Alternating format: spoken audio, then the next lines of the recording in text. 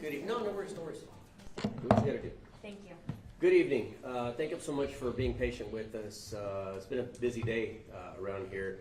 So you all may recognize that gentleman you all just met as Bryan Salazar. He's 20 years of age.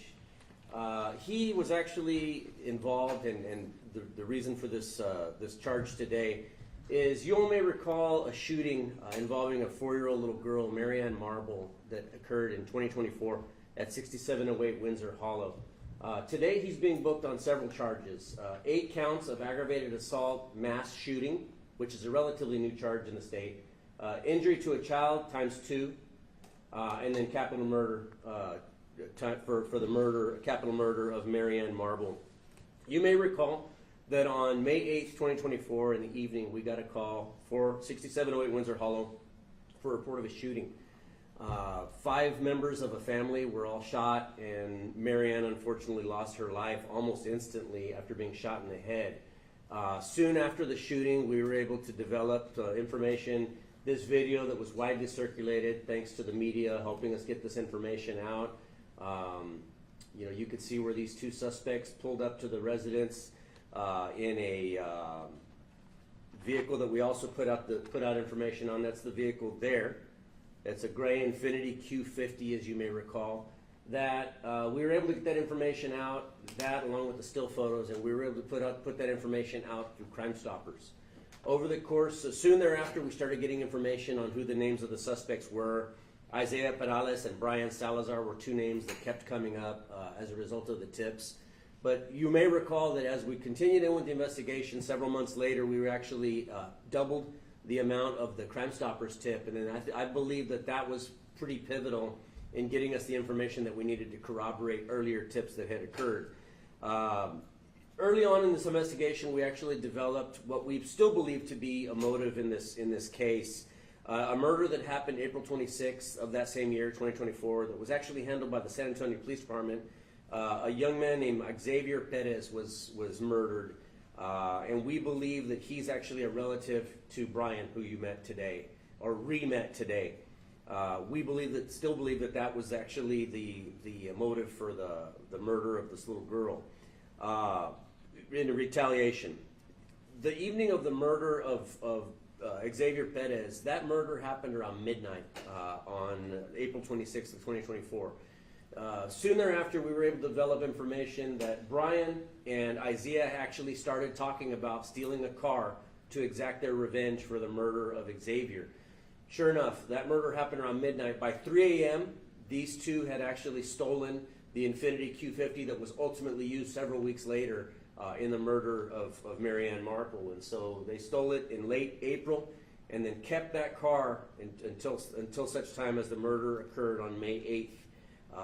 It appears that as early as May 5th, these 2 suspects started conducting surveillance on that residence at 6708 Windsor Hollow, passing by the residence, taking down information about the residence, mapping out what they were going to do, and planning out this shooting that would occur on this family. Again, as you know, on May 8th, they actually carried out that shooting, and in that shooting, 27-year-old Maryann Marble, which is the father of the little girl, 25-year-old Mariah Castillo, who is her biological mother, and then 2 children, siblings of Maryann Marble, 8 and 7 years of age, were also shot. And of course, as you know, Maryann was shot and killed almost instantly as a result of it. The other 4 members of the family survived their wounds. Look, my investigators did an awesome job of piecing together this information with regard to cell phone data. They relied pretty heavily on records, going through records, hundreds of records of cell phone data. In other words, if we knew where a portion of this crime took place, they would look at cell phone towers in that area, and sure enough, we're able to link that suspect's phone linked up to a tower in that area. So they were pretty definitively able to say, at this time, this is where this suspect or these suspects were. In the aftermath of the shooting itself, for example, we were able to piece together that right around the time of the shooting, as it appeared they were heading toward the address on Windsor Hollow, they actually turned their cell phones off. The shooting occurred, and then soon thereafter, they turned their cell phones back on. In the hours after the shooting, we can see where at one point they went out to Calaveras Lake, for example. And we were able to pinpoint almost exactly a bridge that goes over Calaveras Lake out there in that area. For whatever reason they were out there, we speculated at that time that they may have been dumping the murder weapon. And so we went out with our own dive team, our scuba dive team, but accompanied by the Harris County dive team that was in the process of training our dive team up. They were actually able to recover weapons. If you can scroll to the, that's the weapon that we put out that was what we believed was used in the shooting.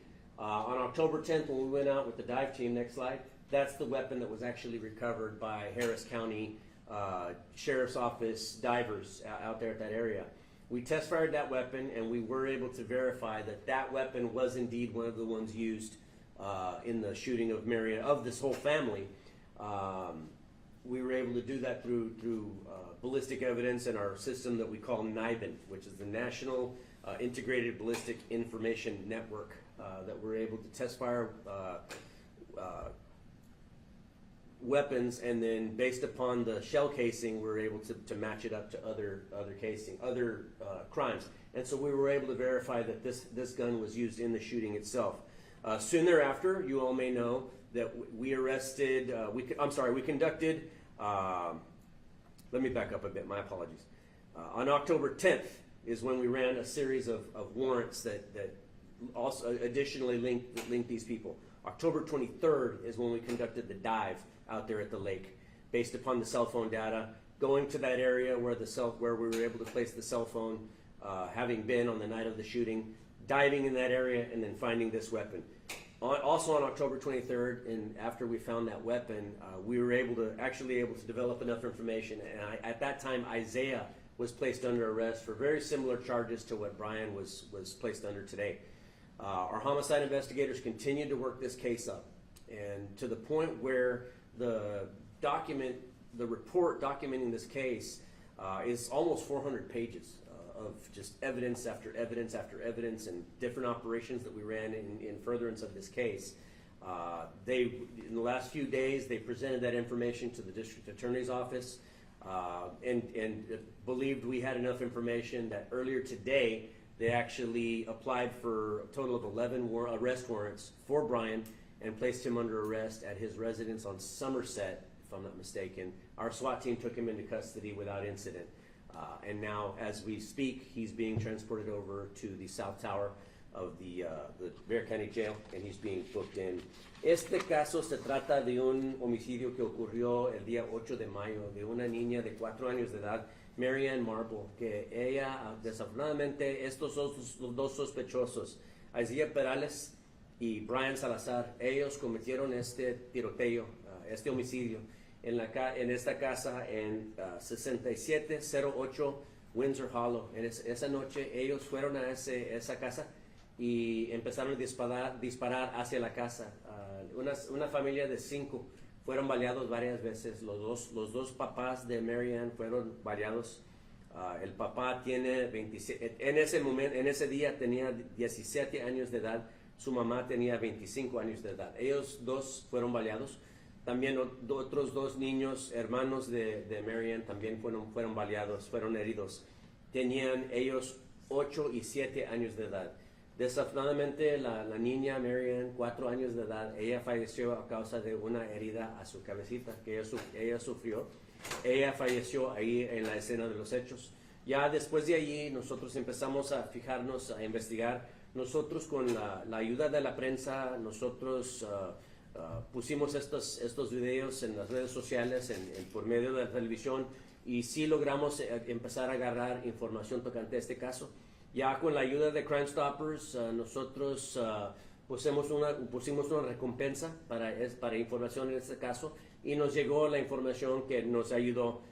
Eso con ejecutar órdenes de cateo en varias residencias. En octubre nosotros logramos más información en este caso, y el día 23 de octubre nosotros, usando un equipo de scuba, nosotros descubrimos una arma que fue usada en el homicidio de la niña en un lago, en el lago de Calaveras. En ese día nosotros arrestamos a Isaiah Perales por este homicidio, por cargos similares a los que tiene Salazar ahora. Y este día nosotros aplicamos por 11 órdenes de arresto por Bryan. Y esta tarde nuestro equipo de SWAT ejecutaron una orden de arresto para estas 11 órdenes de arresto y lo arrestaron sin incidente. Any questions? Yeah, is Ashton Garcia still a person of interest? Well, there are other persons of interest, and I believe Ashton is still listed among those. Now, I say that with the caveat that just because we're listing somebody as a person of interest doesn't necessarily at this point make them a suspect. But certainly we still would welcome more information. If anybody has further information to shed on this case, it's a big case. Again, my investigators have done an outstanding job of following all these leads, but there's always more information that can be gathered. So anybody that has information can please give us a call, 210-335-6000. They can also email us at bcsotips@bear.org. Along with the details from your investigation, has Bryan been forthcoming when you guys have spoken to him, or cooperative? Bryan is not a very cooperative young man. He's had some choice words for everybody, myself included, just a little while ago. He's just not a real happy camper these days. Why? Because his criminal past is absolutely coming to catch up to him. And, if we have things our way, he's going to spend the rest of his life behind bars at the very least. ¿Y todavía no se sabe por qué hicieron los disparos contra la casa?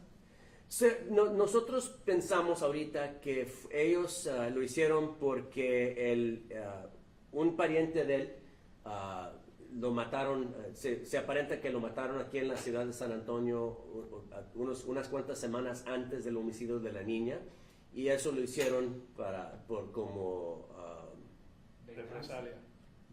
venganza por ese homicidio. Entonces ellos dispararon hacia la casa de la niña.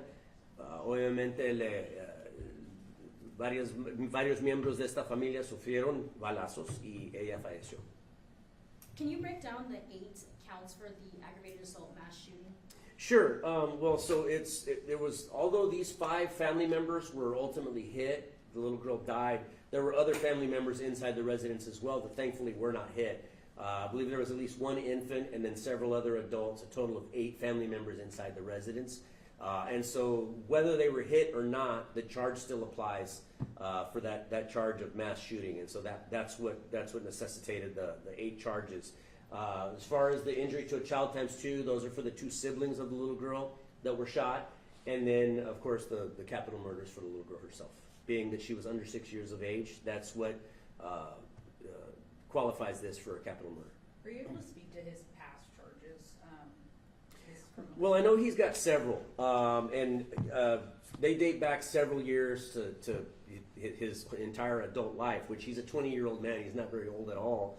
But I know that on the 10th of October, when we executed y'all interviewed us out at the scene, we executed a series of warrants, early morning warrants on that day, on several different addresses.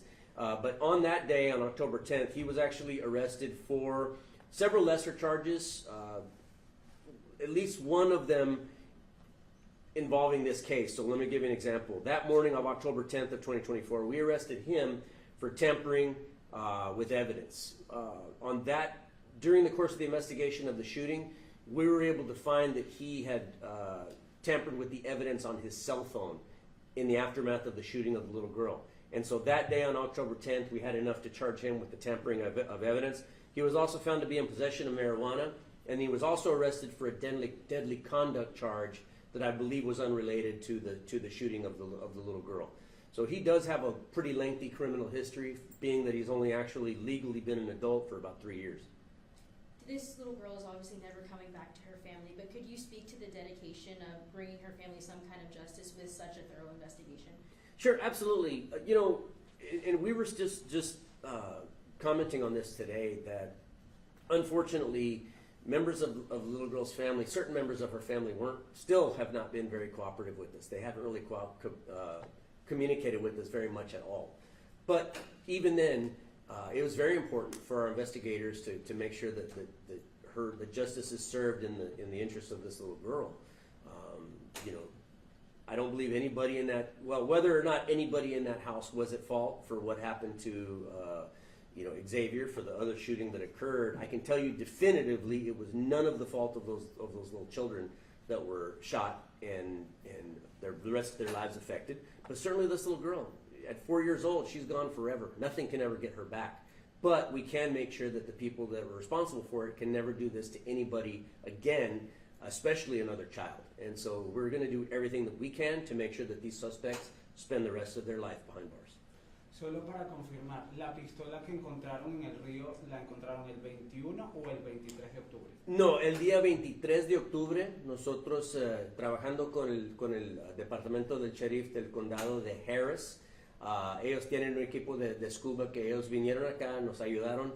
Ellos encontraron esa arma ese día en el agua.